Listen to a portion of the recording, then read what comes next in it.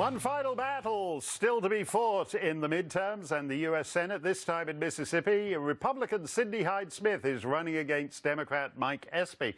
And normally this should be a slam dunk for Republicans, but the race is suddenly in doubt. To investigate why, elections expert, Independent Women's Voice senior fellow Lisa Booth. She's been I like that, elections expert. Well, you've been doing all the midterms, and it's 3 weeks after Election Day, but the midterms are still on.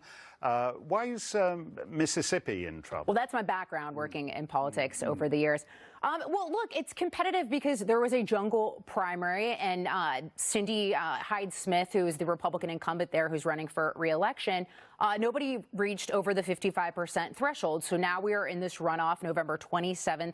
There you see on the screen Mike Espy is the Democrat, former agricultural secretary, and then Cindy Hyde-Smith, as I mentioned, who's the incumbent, will face off. Then Democrats are really drawing attention to some recent comments that Hyde-Smith has made, and so that's what they're kind of honing in and focusing on. However, I don't know if this race will end up being as competitive as people are trying to make it out to be. Remember, there were two Republicans that ate up a lot of that vote. Right. You had Hyde-Smith, who was the leader, not reaching the 50% threshold, but you also had Chris McDaniel eating up over 16% of the vote. So without him in the picture, you can see how her chances are a lot better off on November 27th. So you don't think there's anything to this theory that a lot of formerly red states are starting to purple a little? That's the Democrats' theory on how Texas, Georgia, and maybe even Mississippi, in the medium term, an election cycle or two down the road, and things favor them. Well, we'll find out in 2020. I mean, it's really hard to tell. This was just a bad election cycle for Republicans. I mean, I remember in 2009, Time magazine did a cover and said, endangered species for Republicans. And then Republicans went on to win the House, 63 seats they netted in 2010. Then in 2012, Republicans did this autopsy report. They're in so much trouble for winning the White House. Go back to win the Senate in 2014 and the White House in 2016.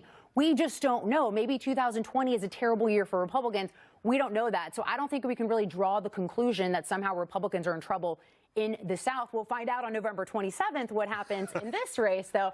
Maybe that proves me to be wrong. But I do think with Chris McDaniel no longer being on the ballot there in just a Republican versus Democrat race, Republicans will come home for Hyde-Smith. Okay, well, you'll be back to tell us about that, Lisa, November 27th, Mississippi. Thank you, Lisa. It only took 10 days, but Stacey Abrams has finally admitted she's lost Georgia's gubernatorial race. Despite that, she's not actually conceding, and instead is claiming the election was illegitimate because it happened to produce the wrong winner. It was not a free and fair election. It was not fair to the thousands who were forced to wait in long lines. It was not fair to the thousands that were put on hold with their registrations. Is he the legitimate governor-elect of Georgia? He is the person who won an adequate number of votes. But you're not using the word legitimate. Is he the legitimate governor-elect of Georgia? He is the legal governor of Georgia. Fox senior political analyst Brit Hume joins us. Brit, the Democrats seem to be taking the view that this guy is like, I don't know, Hosni Mubarak or Colonel Gaddafi. He didn't really win the thing. This is how this works, Mark. If you're a Democrat and you complain, no matter how unfounded your complaint may be, about the results of an election, while you're a patriot, I've seen her styled in some places as a class act when you complain about the result of an election and claim that it was rigged or whatever.